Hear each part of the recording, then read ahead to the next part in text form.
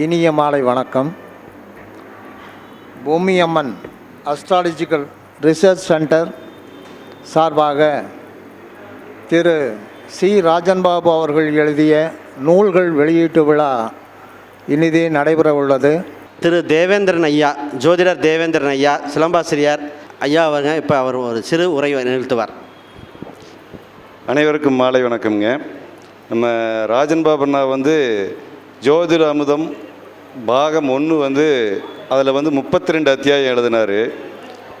அந்த 32 அத்தியாயமும் முத்துக்கள்னு தான் சொல்லணும், அவ்வளவு சிறப்பாக இருந்தது.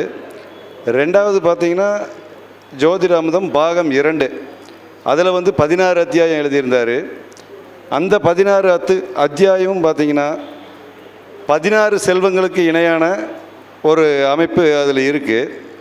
இதையெல்லாம் நான் பார்த்திங்கன்னா படித்து நானும் அதை பயன்படுத்தி பார்த்துருக்கேன். நம்ம பாரம்பரிய விதியை விட்டு கொஞ்சம் கூட பிசகாமல் அந்த விதிக்கு உட்பட்டு அப்படியே இவருடைய சிஆர்பி விதியும் அதில் இருக்குது.